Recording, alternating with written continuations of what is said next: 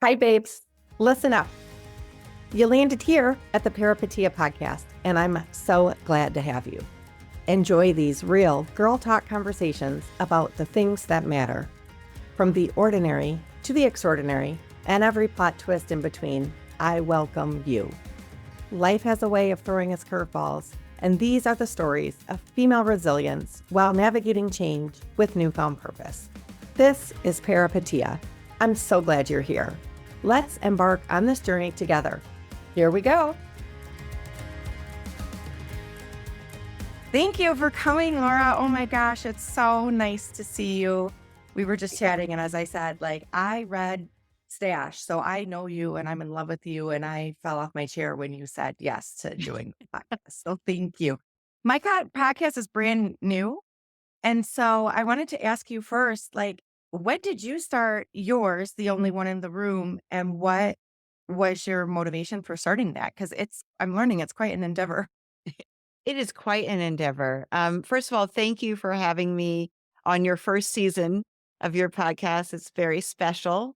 When I started The Only One in the Room, I asked 10 of my friends who had name recognition or high follower count to Yeah. please come and be my first guests. And, I couldn't believe that they just obliged, and they were like, of course, it's such a special thing. So I appreciate being one of your first guests. And um, so the Only One in the Room came out of a viral article that I wrote in 2018 about being the only Black woman at a 600-person writers retreat with Elizabeth Gilbert and Cheryl Strayed. And when that article went viral, I was actually in a podcasting class. And this kind of goes back a little bit. The reason I was in the class was because I had written a book proposal that was rejected by everyone that I sent it to, by every single agent. And two of them had sent me back actual emails instead of just a form rejection. And one of the emails I got back gave me kind of a laundry list of things that I might want to do to build my author's platform. Mhm. And one of the things she suggested was to start a podcast. And I hadn't listened to a podcast at that point. I didn't know anything about them. So I took a podcasting class. In the meantime, one of the other things she suggested was that I start writing articles. So I'd written this article. It went viral. It was my first article. And it went viral, and it went viral in a really big way. So it was really impactful for me. And a lot of the responses I got, I thought Black people would connect to it because a lot of Black people have been the only one in the room. But what happened was, almost everyone connected to it because they were just from all over the world. I got all these responses in the first day. My inbox filled up. That it never happened to me before. I didn't even know it could fill up. And people just kept saying, I know what it's like to feel alone in a room full of people. Here's my story. So we decided to create the podcast to tell those stories. So that's how The Only One in the Room was formed. It was we launched in April of 2019. We have a little over 800 episodes. We have 5 million and something downloads total.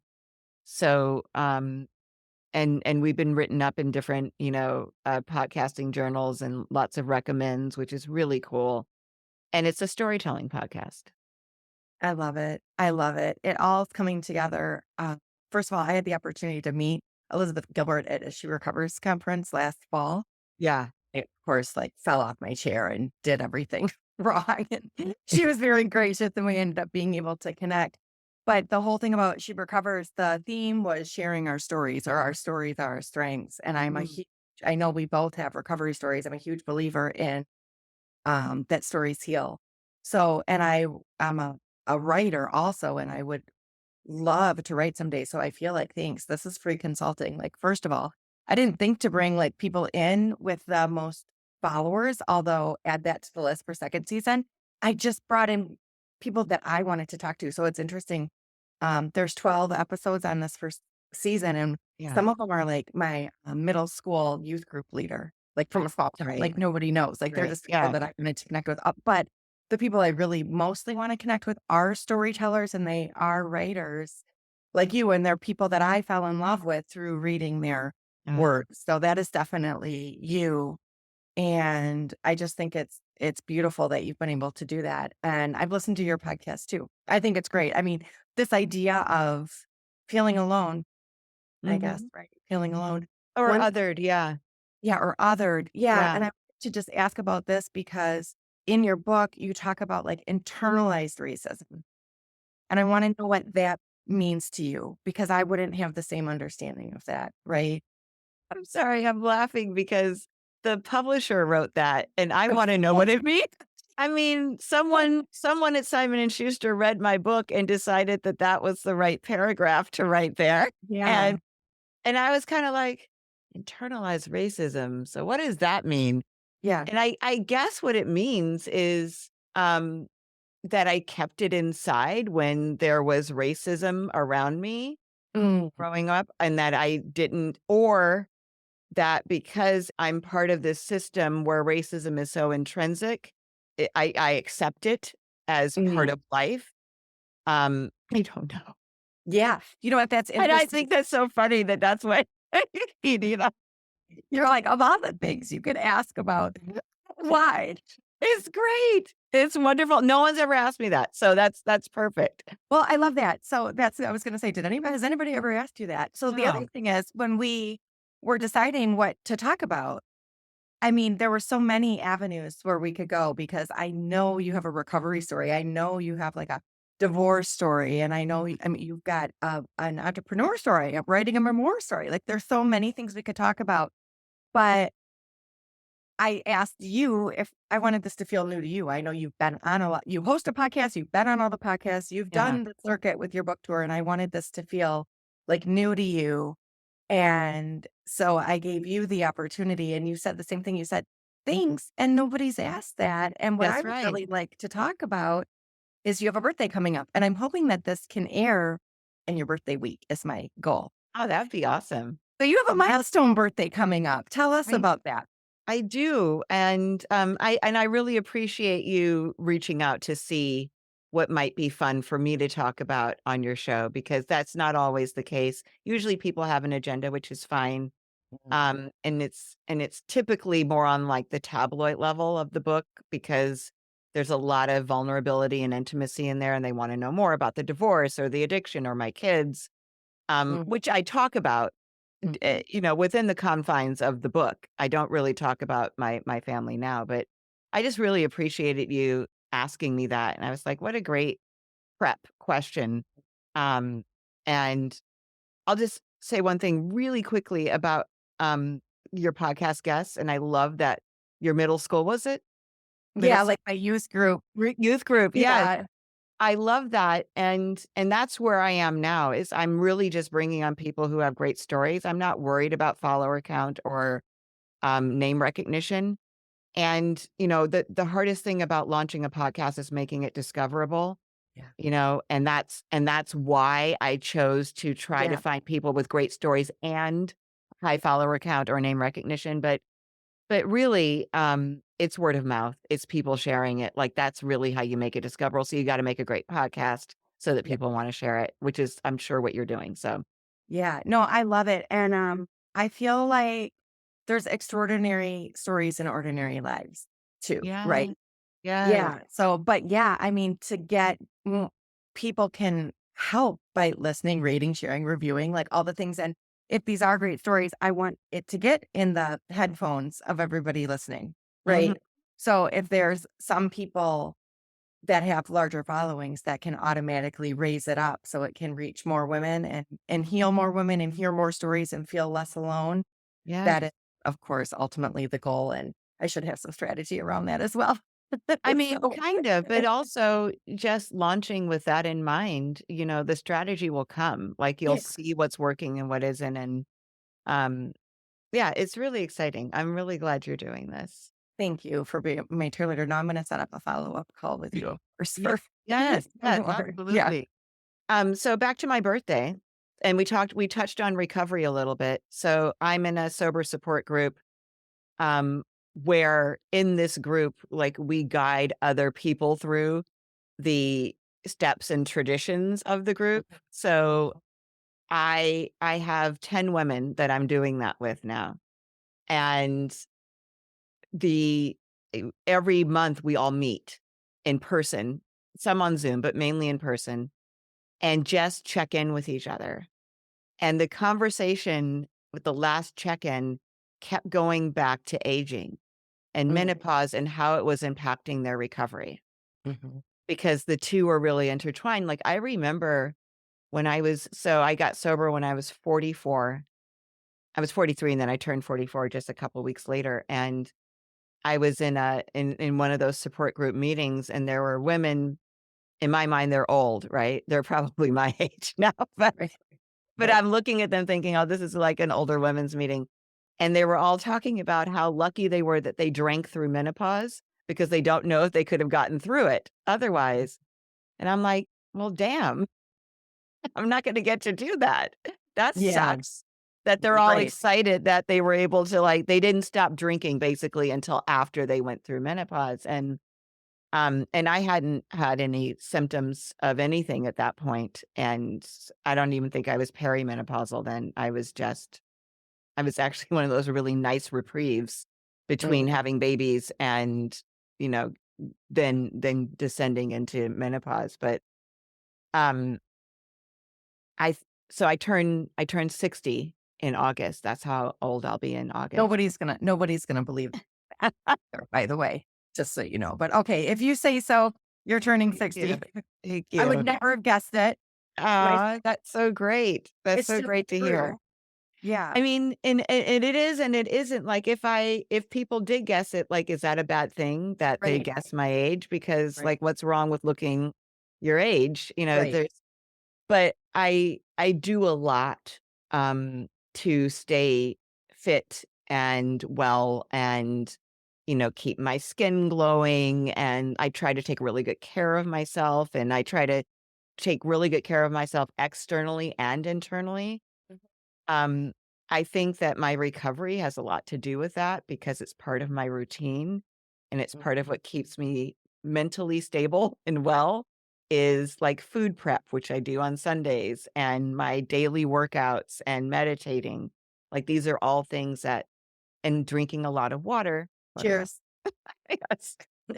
Um, but I drink a lot of water and actually water is the only thing I drink. I don't drink anything else. Um, I used to drink a lot of Pepsi. Like, I Mhm. loved Pepsi, but that was years and decades ago. So there is something about getting older. I was born in 1964. I was born in the Negro ward Mm. of the Illinois Research Hospital near you.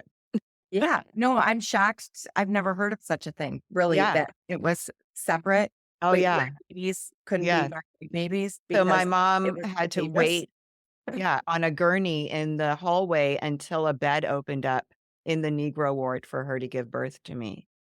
Um, and like, that's where I started, like, my birth certificate said Negro, like, that's how old I am.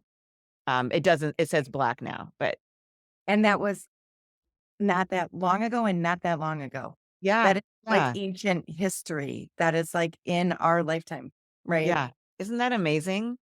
Yeah. And you know, it's like there's something about, I'll be 16 years sober this summer, and oh, thank you. And which Mm, is great, right? I wanna get more years where I'm sober, but that also means I'm getting older yeah. chronologically, right? Like I am now Yeah. just another year older and Right. it almost feels unfair. It feels like the sobriety clock should stop the aging clock so I Yeah. can really enjoy it. But yeah, so that's my birthday news is that I'm just really looking at what it means to be 60 and my friends, I have friends that are, 20 years older than me that are 80 and above who would be like, "Oh, you're a baby." Right. Right? I'm a baby at 60. And then I look at like Angela Bassett and Demi Moore and, so many other, female celebrities who look good, I suspect with help, but that's neither here nor there. Right. Um, but they look really good and they look pretty fit. That's really my Mhm. my big thing is I wanna be fit and mobile, I wanna have muscle tone. Yeah. So, yeah. Yeah. And happy birthday. Thank And you. 60, awesome. And I'm just delighted because you're like my big sister, like you're just a step ahead of me. Like you wrote a book. I want to write a book. You started a podcast. I'm starting a podcast. I'm 48. You're turning 60. Like this is Yeah. perfect for me Yes. to what a selfish episode I've just created. So I learned everything I need to know. It is a milestone. And I get like the sobriety count goes up and then so does the years, but also time. What a funny thing, right? Because you have more time because you're sober in each moment. Like nothing is wasted. Like when Mhm. I was wasted, time was wasted because it's just lost. I was blacked out or not fully present or available for anything we have. And I've had so much tragic loss in my life Mm. that aging it feels like a gift because not everybody gets it. Yeah. People were like ripped from me with no rhyme or reason at too young. So I always, with every new wrinkle and chin hair, whisker on my chin, and all these like weird things that are happening as I head into that era, is like, thank you. But also, our bodies start feeling us. Like it starts to look different. It starts to be different. And the world views us differently too. Right. Yeah. Yeah. I mean, I mentioned that I have friends in my 80s. I also have friends, and one of my best friends is exactly 20 years younger than me. And um I was telling her about how we're going to start talking about in my sober support group about we're going to call it a pause, menopause before agitated. Menopause. Um Because that's, like, the thing is, like, if we can pause before or when agitated, menopause when agitated, that's it. Instead of Mm-hmm. reacting to something, trying to respond.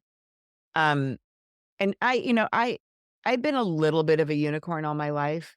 I in a great way and also just kind of in a different way.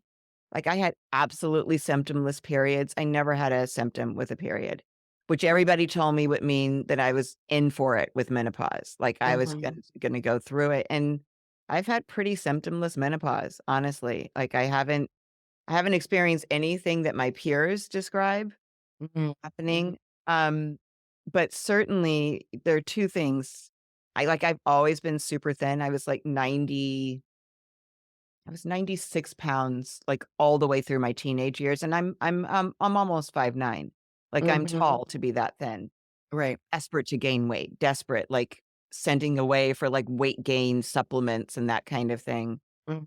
Um, and then I had 2 babies when I was in my early 30s back to back, and still kind of waiting for the weight to come on after that, and then so now in my 50s, I noticed that I was starting to gain a little weight, which I really enjoyed, but it was Mhm. starting to gain it in my stomach area, which I did not Mhm. enjoy at all. Right. And like, Welcome, welcome, Nora.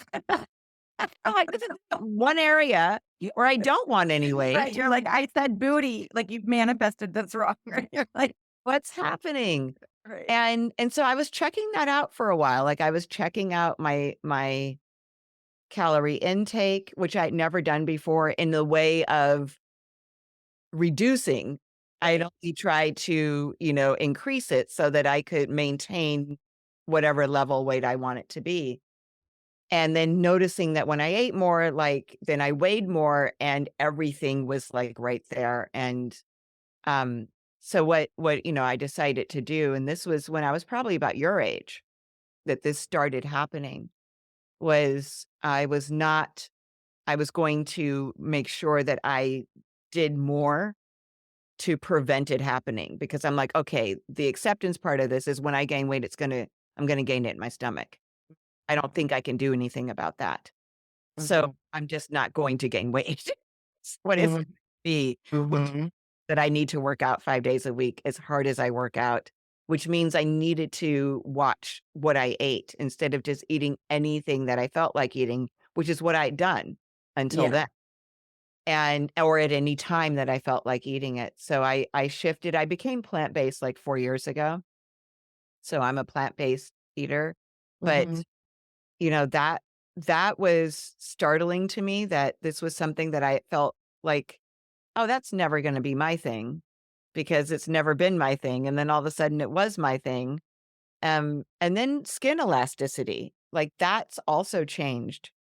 But I've also found that working out and diet helps a lot. Mhm. But the moment I miss a day or I eat something differently, I f Mhm. I can see it. I can see the results, like, it starts to become lax again, Mhm. which is just amazing to me, like, how quickly like, I'm just basically holding it together by a string. Yes. Because the moment it's not like I could take a week off and not see a difference. I can't. And that's new for me. Wow. Wow. That's really interesting. And I read that Black or brown women, let's say, compared to like a white woman, age 9 years faster, older. That's probably due to socioeconomic Yeah, yeah. conditions, right? But that your skin will forever be more beautiful, youthful, and vibrant, and all the things that like this very Polish face, doesn't have. And so even your most perfect, beautiful skin is like getting It is, creepy, it's well, it's gravity, shadier. right? Yeah, yeah. And I have, friends and older relatives who have more melanin in their skin than I do, and Mhm. you would just never know how old they were. Like, Yeah. I can see it in my face, and I've always wanted to be browner ever since I was little, and now Mhm. I know why, because I would have had more protection. Yeah, that's my neighbor. I mean, Yeah. she's probably 60, but she literally looks like a teenager to me. Yeah, it's I'm like, annoying. "What?" She puts on her beautiful wig. I'm like, "You look like a teenager." You know Yeah, you yeah, know? it's really annoying, and then, that's just another thing to accept, right? So, like, Mhm. this is what I have, so how do I proceed in a way that makes allows me to feel good and feel good about myself?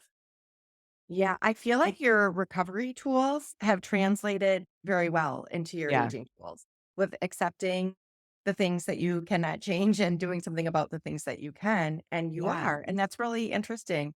And I think too, like your diet and your exercise, I always say like are supporting your old lady body, let's say. So you mhm, can bend and move, so you can reach for that dish in that cupboard, so you can get out of the car by yourself, so you can walk up the stairs to see that show and sit in the seat that you want. It sort of shifts from looking great in a swimsuit or something, which is, of course, something we always want to do, but also yeah, for just like our quality of life moving forward, knowing with age, physically, things happen. They're going to like the process in a circle of life, in a spectrum of life, things are gonna wind down towards the mhm, end, but we wanna feel as good as we can for as long as we can, right? 100%, like, absolutely the work that I'm doing is for my 90, 100-year-old self. Now I don't wanna just live long. I've seen a lot of people have longevity. I have a relative who's 97 who is absolutely bound to their bed and hasn't been out of it for years and years and years. I don't Mhm, wanna live like that. I wanna be Dick Van Dyke, like, mhm, want to be springing up onto a stage and doing a quick little dance at 98. And mhm. did you see that? Did you see him do that? No, I didn't, but my grandma is turning 101 this month, Oh, and see, yes, yes. there's nothing really wrong with her, you know what I mean? So, Yeah, it's yeah. cool. She plays cards, she walks around her building. She says she does 20 exercises before she gets out of bed in the morning. Yeah. How much do you love that, I mean, right? yeah, exactly, Yeah. but she sees the joy in everything, and she says the secret is going to bed with good memories, you know? Oh, I love Mhm. that. Yeah, so I it's love living that. for the old lady body, but it's also to love your feel good right now, and I think about that too when I wanna, like, um, eat a cheeseburger or lay on the couch or, all those things, which in moderation, I do at times, Yeah. but this doesn't actually make my body feel good. It Yes. in the now and that in the later Mhm. for the most part, maybe, like, 1 second. It's like alcohol, 20 minutes of an uptick of dopamine, but in the long run, it's not fulfilling me. But when I eat and move in a way that makes my cells happy, my body feels good. And Yeah. just feeling good becomes the new addiction. Like it feels good to feel good and you want to keep feeling good. So No, I agree. And, I have a default happy, like, ever since I was little, I woke up happy. I kinda went to bed happy. Um, not kind of, I did go to bed happy. Like, that's just, except for the period where I was really, really, really addicted. It Mm, was always my default. And, fortunately for me, I returned to that default after I got sober, not mhm. right after. But Right, to be clear. to be very Right, clear, not not right after. immediately. Yeah. No, really that took a year and maybe almost 2 years for me to regain that default. But, I think that has a lot to do with, my attitude about life has a lot to do with my energy and the acceptance, like you mentioned, like my ability to accept. And I want to feed that default, anything that allows me to stay in that because obviously drugs and alcohol pull me away from it. And they didn't do it right away and they didn't do it that quickly. But once it was in, I, of my own power, I could not get it back, Yeah. until I had put those down and taken some steps away from them. I relate so much. I love how you said default happy. I'm definitely going to use that because me too. And I use that with my clients sometimes, like a happy baby when they wake up, right? Like, or a toddler excited about seeing a leaf on the sidewalk. Like, Mhm. could there be Yeah. anything better? Just that natural joy. And it did return for me too, and it often does. It's like, have you heard a bird song? Like, the birds are singing. This is the most magical thing I've ever heard. And I was numb to all of it when I was, in a downward spiral of addiction. So that's Or really they were irritating if you had been up all night. Like, let's goddamn see if those birds. keep birds. What do you have to sing about? And definitely Or just, like, had a bad night, and you're like, right "Do for not call sure. me right Oh, now." birds. Right. Can we wait until noon? Mhm. Oh Please, my gosh. please. But yeah, I agree. It's that shift in attitude allows me to embrace so Mhm. much of the stuff that I missed and missed out on. Just yeah. I love your intergenerational friendships too. I think that's so key and so important. And I'm lucky enough to have those and I welcome it. And sometimes I'm the old gal and sometimes I'm the young gal, depending on what group I'm in. It sounds like same Yeah. for you. Do you have role models in your family or is it your friend group for like how to age as a woman in your circle? So, yeah, both my parents are alive and thriving. My mom lives in Los Angeles. I should look over like she's here. She lives She lives right over there. she's right over there. No, she She's lives pointing to in the right, everybody. she lives about, 40 minutes away from me, but in Los Angeles. And, there's always traffic, so everything's like 40 minutes away. Hmm. She and I are 20 years apart, so she'll be 80 when I turn 60. Yeah. And she, like you were describing your grandmother, like my mom does a power walk every morning. She has her PT training exercises, Hmm. and she does those on a mat in her living room by herself. Uh, Hmm. and she's never worn makeup ever my whole life. She's never been that. My parents were hippies when in the 70s and 60s. And my mom has kind of kept that vibe, that Hmm. hippie vibe. Hmm. So, she would never color her hair, like, my hair is colored. My hair all along here in front is gray, and it's been that way for a long time. The back isn't, but, I have a headband of gray in the front. But so, she doesn't color her hair, hair's white. It's really pretty, like, white curly hair, and, um, she is just so it's the active and the passionate that I admire in her. She's an artist, she's a painter. And she's so passionate about her work, like, she goes to it every day. She does her exercises, she does her little grocery shopping, and then she's so excited about her painting, she's so excited about her shows and other artist shows, she goes out to support people.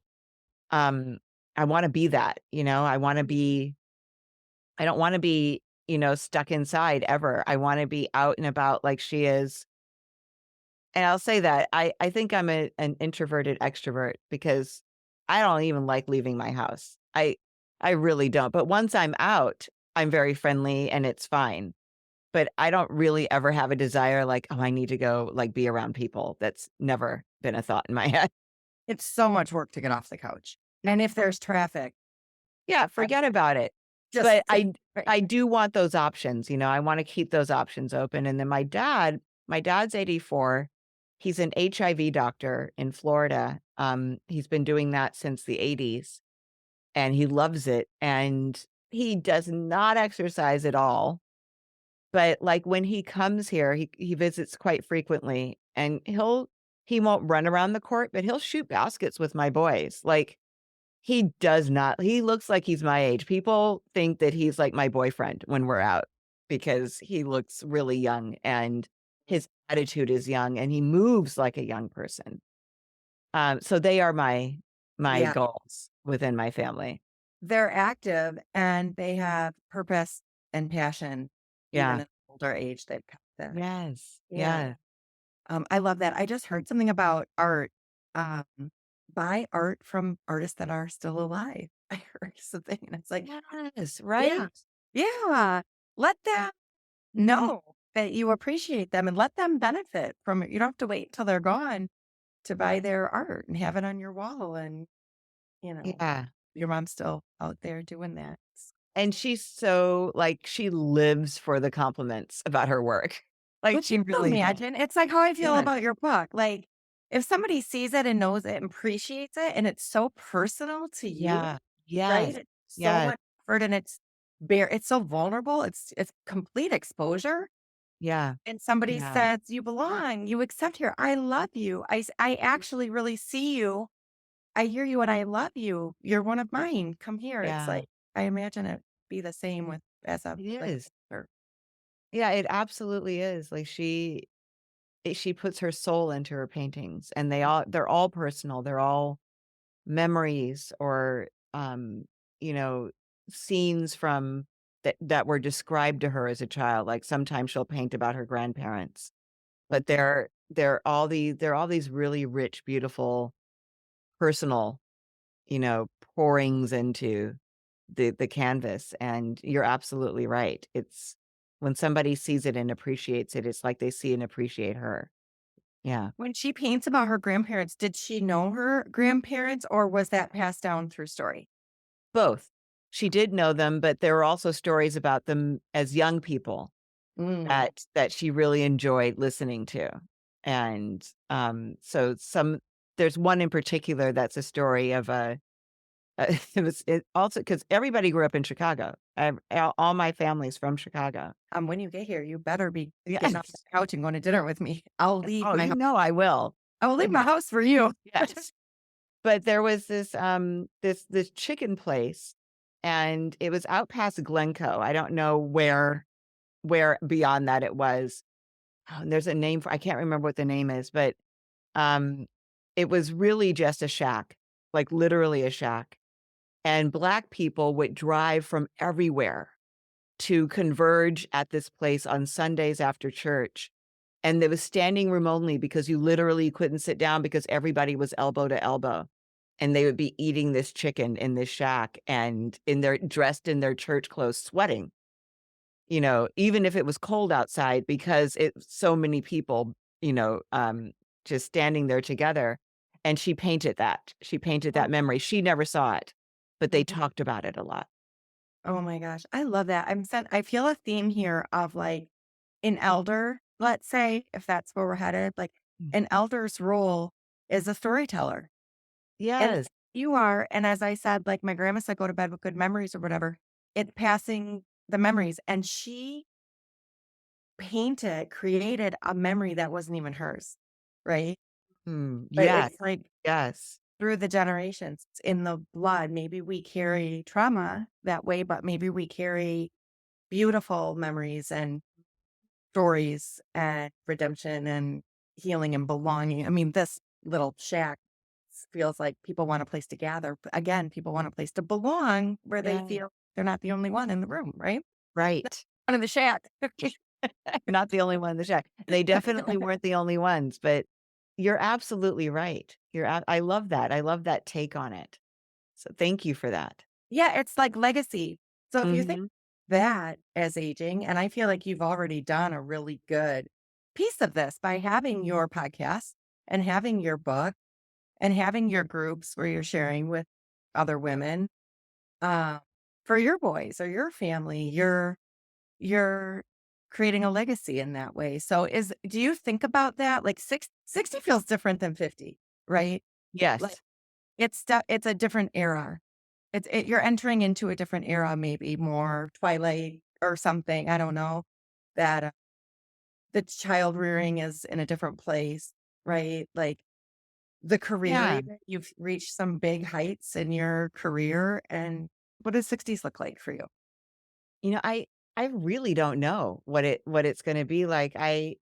Don't think I could have guessed what my 50s were like. I wouldn't have guessed that, because what happened with me was, like, I navigated the world through books always. I always read my way through everything from when I was little, and then I would write stories, like in my journal or in a storybook or a notebook.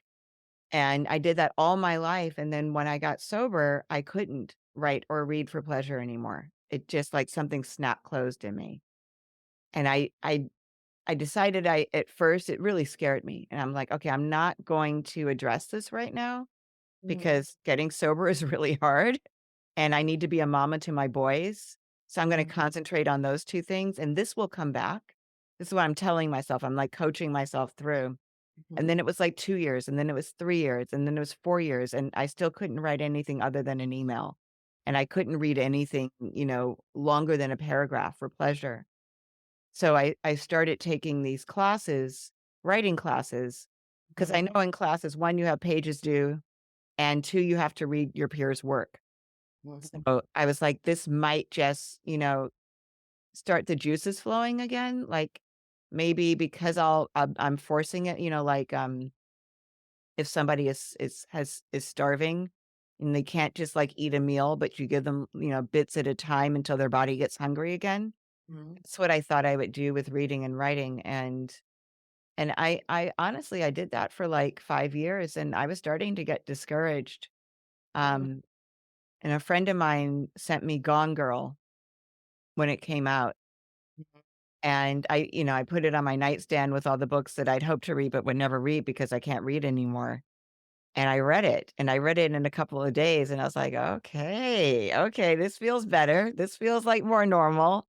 mhm, But I wasn't thinking any of that time, so I'm gonna have this new career and be an author.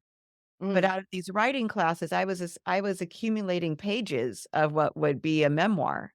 mhm, And I was starting and then some of the classes I took, like a book proposal class, to learn how to do that, and that was the proposal I sent out that got rejected. And they mhm. gave me that laundry list of stuff and I still didn't know, like, do I wanna be a published author? But yes, I want to write. Right. Yes, yes, yes, I want to write. So, I decided, what the hell? My kids are big. I don't Mhm, know if the younger one was out of the house yet, he wasn't. He was going to college and still living with me. But my older one was out of the house. I didn't have the same obligations that I did, 10 mhm, years prior. So let's just try a writing career and see how that goes. Knowing all the time that the thing I want to preserve and keep and grow was the love of writing, the love of reading. And then, the writing career came out of these steps that I took, starting the podcast. I did storytelling because she suggested it. I didn't even know what storytelling was. And so I took a storytelling class and then found the moth and then I won the moth and I was like, okay, this is something too. So it was like everything was like an indicator. Everything was a green light, like mhm. keep going, keep going, keep going. So you didn't see yourself as you weren't like, when I grow up, I want to be a writer since like elementary school. You were just like, I love reading. I love writing that I imagine took a pause when you were in active addiction, let's say. Or did you It say like, didn't actually. I drink and I write and it helps my creative process? Yeah, I mean, well, really kind of neither of those. I just wrote anyway because that's all I'd ever done, but it was really hard when I was in active addiction. But I never stopped. I You didn't kept, stop yeah. doing it. Yeah. And when I was little, yeah, I don't know that I was thinking about a career as much. When I was a teenager, I really wanted to go into advertising. That's actually why I moved to Los Angeles. I decided I wanted to direct commercials. Like, I loved commercials growing up, and I loved the idea. I like the whole just like the industry of advertising. It's terrible. I want to. I'm sorry I for want to anybody. be want to be drugged and drunk and Right. like jingle. Yeah. That sounds awesome in LA. But I really wanted to do that. And then once I got here, I worked for a commercial director for a little while, and I was like, this isn't going to work for me. One, there were no women commercial directors. There were no female commercial directors except for Penny Marshall, who was a huge TV star who had turned to directing. She was the only female commercial director at that time. And so I just didn't see a path for me there. But Mm, I never thought I'm not gonna write anymore. I just didn't know if I was ever gonna make a living at yeah. writing. You're going to publish it Yeah, necessarily. Yeah. yeah. And I love that too. I mean, I want to always, I'm certain there's things that um, very much felt like a job in writing a book and having to edit and this or that. But hopefully a lot of it is like the process of writing because process of writing, like Yeah. even the podcast, because I'm curious about people's story because I actually want to learn about somebody's story, Mhm. really curious. So to keep that beginner's mind, even as a pro. Yeah. That was a interesting switch for me to from telling my own story, because I'm at my essence, I'm a memoirist, I'm a personal essayist, Mhm. to telling other people's stories or allowing a venue for other people to tell their stories. That was a really interesting shift because I'm not that interested in people as a whole. Like Scott, my boyfriend, I'm like so curious, so friendly. Mhm. Like we'll get on a plane and I have a scarf on, headphones, like glasses, don't talk to me. Not disturb sign. I And use the term. he's looking around in the seats like, Yeah. who else can we talk to? And and so but what I found is what you just said, that I love the stories. So when I could really just find a story that I love and bring somebody on to tell it, that was really satisfying for me. That is really satisfying for me. And I've really enjoyed it. I didn't know that I would, because like I said, I'm not typically that interested in other people. And um sorry, he's calling me back to back. I'm just gonna message him because obviously he's forgotten. Oh, let's hear him. Put him on. Let's see what's going on. Might be hot. This might be hot off the press information. We need to know, right? I said in an interview. Um, yeah, I mean, anyway, He he's heard you talking about him. yes, we were just Right. talking about him. We conjured him. You had to do a shift. I was wondering too. So that's why doing like a season, see how I feel about it. If Yeah, this translates to coaching. But I am like social worker was my degree. Like I love people. I'm all about getting to know the people. But like, is the interviewing is how does that feel? Or I mean, I feel like a podcast can be much more conversational than, and we don't have an end goal of like what your homework is, after right, this. right. Yes, do Yeah, anything. yeah, What's a lot of it's a little different, but still like interviewing people and getting curious about their life. There might be some similarities. So now you are a writer, I mean, there's no denying it, and it is your career, and it is your all those things, and you're no longer in the ad agency or doing commercials like you thought you would. yeah. Does aging shift in your professional life? I probably, I think that because of the pandemic, the way that business is conducted in the publishing world is so much different. Maybe if I were physically in the rooms with all these young people that are really running the show, it might feel different to me, and maybe they might look at me differently, but on a Zoom, Oh, it doesn't feel as much like I'm the older person that they're trying to help along and market, or I'm the older person who doesn't have a perspective that they might be interested in. It okay. it feels, very I have never felt my age Mhm. in this so far, but I Okay. don't know that I would have had the same experience in person. Yeah. Okay, so there's, like, 30-year-olds who are telling you what you need to do to get your book Yes. or editors or whatever by Yeah. and yeah, you're not feeling a maternal No, way no. about or like I'm irrelevant. I mean, isn't that the term? Like, am I still relevant or something like Yeah, yeah. No, I definitely feel like I need to have my pad and pencil out because I don't know anything about this industry. I mean, I know more now, but when the book was coming out, everything was new to me. Like, "Oh, I have to do that? Oh, that's what you guys do? Oh." Like, when my Well, agent set you me said, up like, pad and pencil, like, wait, don't you just, like, I know, take notes on my phone. this in your notes app or something? Right? Like, how I old are still you, Laura? look, this is my You're like, "I meant notes, like, actual notes," right? actual notes, and I do take notes on my phone, but I find it to be really cumbersome.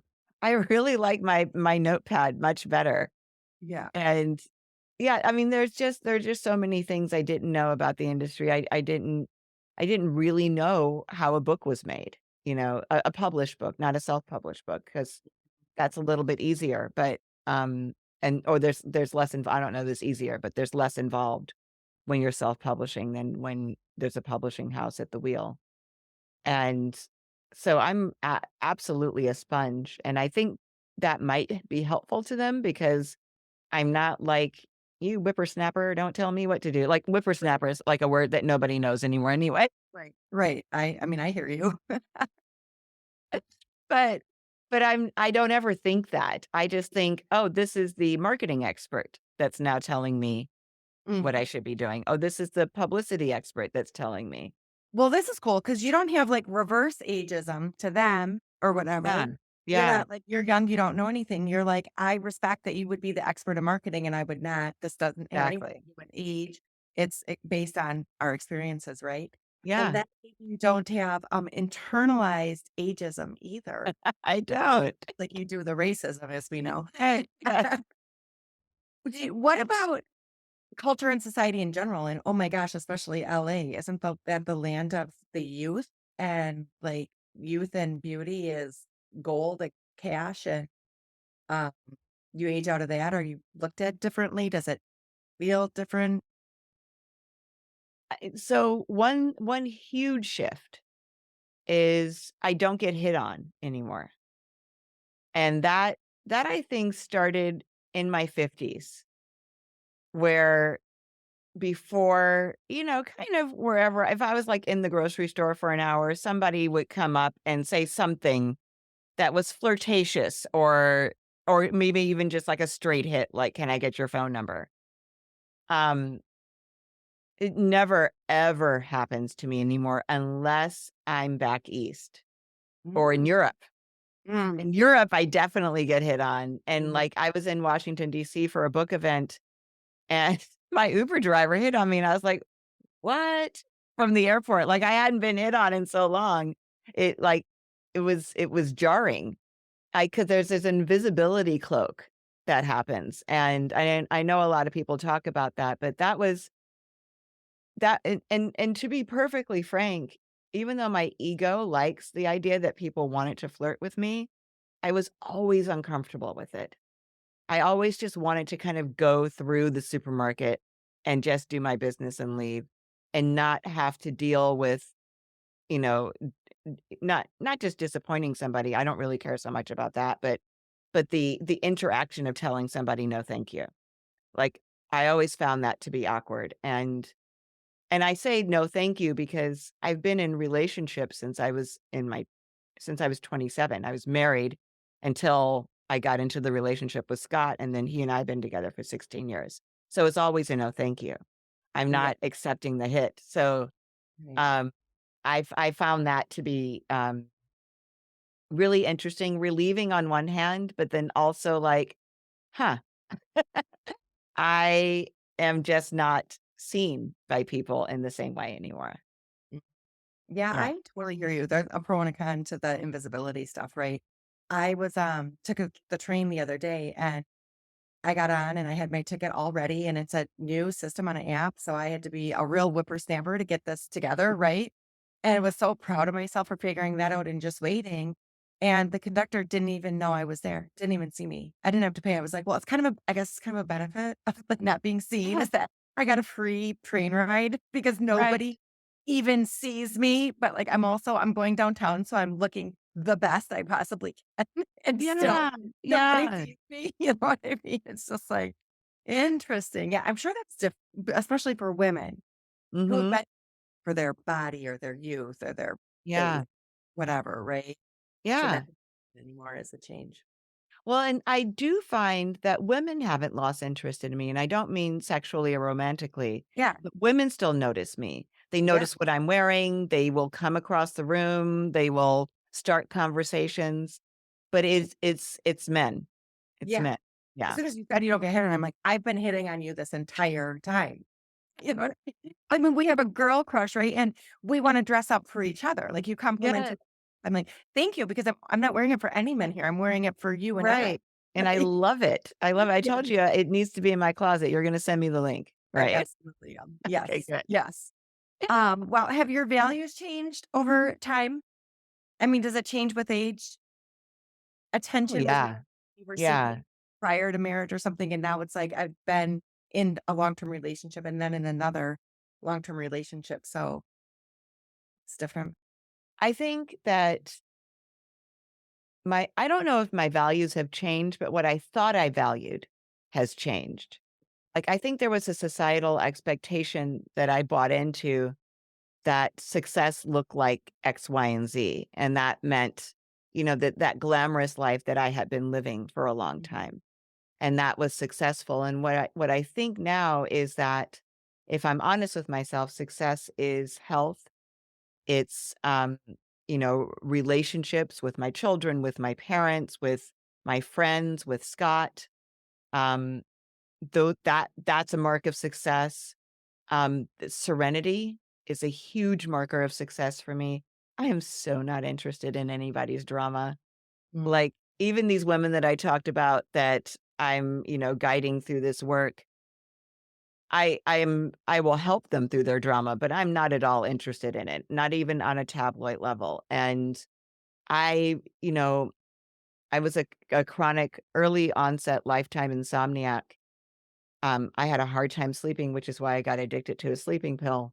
mhm, And I don't need anything that's going to keep me up at night, you know? mhm, I don't mhm, need anything that's going to keep me up at night. And I've spent the last 16 years really right sizing my life. And I feel like I'm in a place now, like I have a property tax that I can manage. The home is gorgeous, but it's smaller. It's perfect for where we are right now. I drive a car that I really love, but it's not a Bentley, which I never had a Bentley, but I've had fancier cars and I love the car that I'm in. And, I just really took a look at each area of my life to see, am I living in a way that's going to mess with my serenity? And if I am, where can I make those adjustments so that I'm not? And that's what I've been kind of whittling away and adding stuff, mhm, um, adding the stuff that was missing and whittling away the stuff that interfered with me being able to be easy with stuff. And that's that's really what's changed. So all the stuff that I think I thought I needed to be interested in when I was younger, I'm pretty much no longer interested in. I love going to the movies. I love a good meal. I love traveling, as we talked about. I have to right size that too, mhm, because I'm not in the same financial bracket that I was when I was married. mhm, So what does travel look like for me now? mhm, Maybe it's not just whenever I want. Maybe I really have to save and plan for these trips, but god damn it, I'm doing these trips. Like I'm going to figure it out so that I can go and continue to travel. And actually, I'll just say this last thing. I had a business manager up until a few years ago who I loved, and he had me do this very what turned out to be a spiritual exercise for me, because he's like, you can't afford me more. You have to let me go, but you're also gonna have to trim down in some other areas. And he said, "So I want you to think about what your 5 priorities are, where you live, what you drive, how often you travel, like, your ability to just go out to dinner whenever you feel like it," like, that kind of thing, like, you know, local excursions, and it I came up with 10 the first time, and he's like, "You need 5. You have to go back." And it was such a spiritual exercise to figure out what my priorities were. And I came up with them, and he was like, "That's a great job. This is a good list. We can do this." So we figured it out so that I could live within those means and still really enjoy my life and live right size. And then I had to let him go, which broke my heart. But he actually still takes my calls when I have something to ask him. But that was part of it. And that's something I don't know that I could have done when I was younger, that I could have looked at it like we had talked about with the tools of recovery, like, instead of resisting it, I need to just, if this is what it is, accept what it is, and then see how I can go forward with this knowledge that this is what it is. Mhm. I love that. I hadn't heard the term right size. And I love that too. Cause it's a shift for me. Cause I was up and up and up the corporate ladder and now starting my own, I have my own business, Um, right? And it's yeah. different. And it's great because the possibility is endless, but also burnout is not an option for me, right? So how much do I want to work and how intentional do I want to be with each client? I only accept a limited amount. All these things. But I think it's a beautiful exercise and we we it seems like we go up and up and up, like a bigger house and a bigger family and more money in the peak of our career. And then as we wind down, though, we get rid of our things. We're right because we don't take it with us. So it's totally Yes. appropriate to be doing that. And Mhm. for me, the question is like the gold can be like waking up without an alarm, right? Vacationing whenever and however I want. I just got back from a lake house this morning because I can do that, right? Because I set Wow. my own schedule. That kind of autonomy means everything to me. That's worth Absolutely. so much that I have a ton. I don't miss a soccer game of my kids because I don't have to. It doesn't matter if it's at 4:30 in the afternoon. I don't set a meeting then, right? So different ways to have riches in your life that don't look the same as maybe they did in a different decade or Mhm. a different season. When you think about being remembered, what kind of legacy do you want to leave behind? Um, I wanna be remembered as somebody who used her voice, um, somebody who worked hard to get what she wanted, and somebody who loved hard for the people in her life. Like, I mean, oh my god, my kids, like, I love my kids so much. It's so it makes me just, like, wanna just grab them and never let them go when I see them, which they really enjoy. No. They're like, "Mom, off me." I call it a smother instead of a mother, Yes, it's a a smother. smother. I'm a I am a smother. smother. Like, I Uh, mean, it killed so many plants by overwatering. I can't imagine what I'm doing to my children by breathing down their neck all day long. Right? but, it's really, like, I wanna be like, we have a Sunday dinner at my house every Sunday. We have a weekly dinner at my Sunday, house every Sunday. SON, Yeah. Sunday. Yes, and they bring their girlfriends, and my mom comes, and my brothers come. I have 5 brothers. The 2 that live here come. It's Sunday Um for your mom too then. Yes, it is. It really is, and we just I wanna be known as the one who made sure that we gathered, that built these memories that you're talking about. We did road trips all the way through their high school, like, we would start at one point in the country, each person would get to pick a point, and then we ended another, and just being in the car like that, it was just like we have so many memories of that. My younger one's on a road trip right now because of the road trips. He's taking his girlfriend and her family on a road trip. They're in Dallas right now, going across the country from Florida. So I wanna be remembered as that person, who took care of herself, who worked hard, who used her voice and loved hard. I love that. And creating that place together doesn't sound that different than the great grandparents then in their shack in Glencoe. Yes, yes. It's It doesn't matter that it was a shack, it mattered that you gathered. right, right. That's It's really so true. I have to say that to my mom when I see her this weekend. I love that.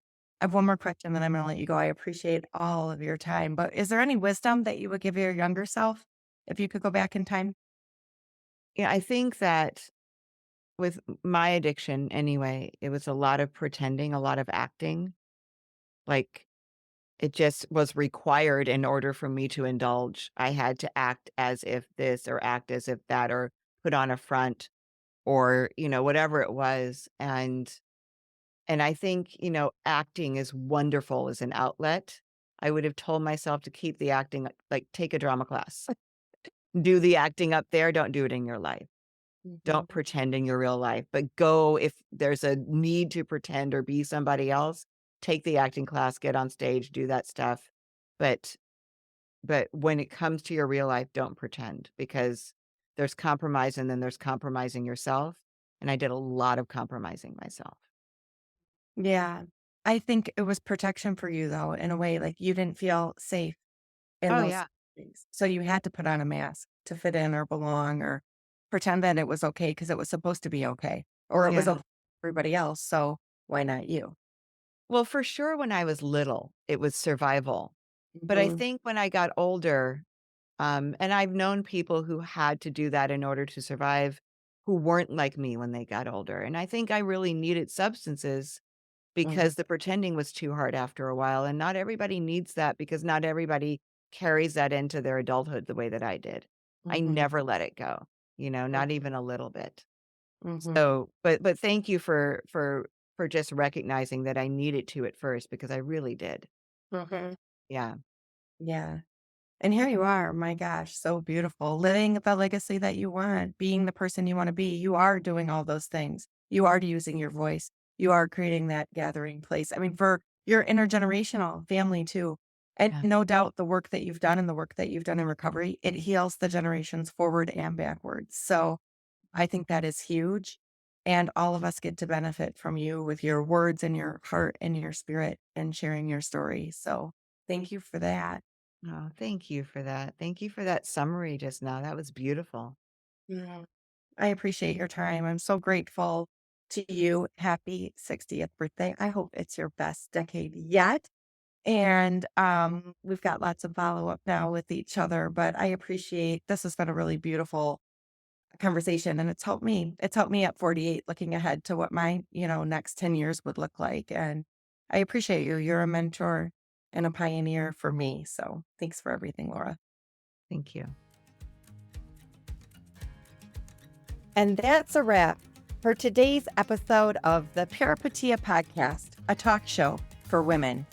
Join us in the Insider community with a 7-day free trial to continue the conversation at ditchthedrink.com. And don't forget to download my free ebook, The 12 Truths to Change Your Life. Do it for the plot. We'll see you in the next episode. Lots of love.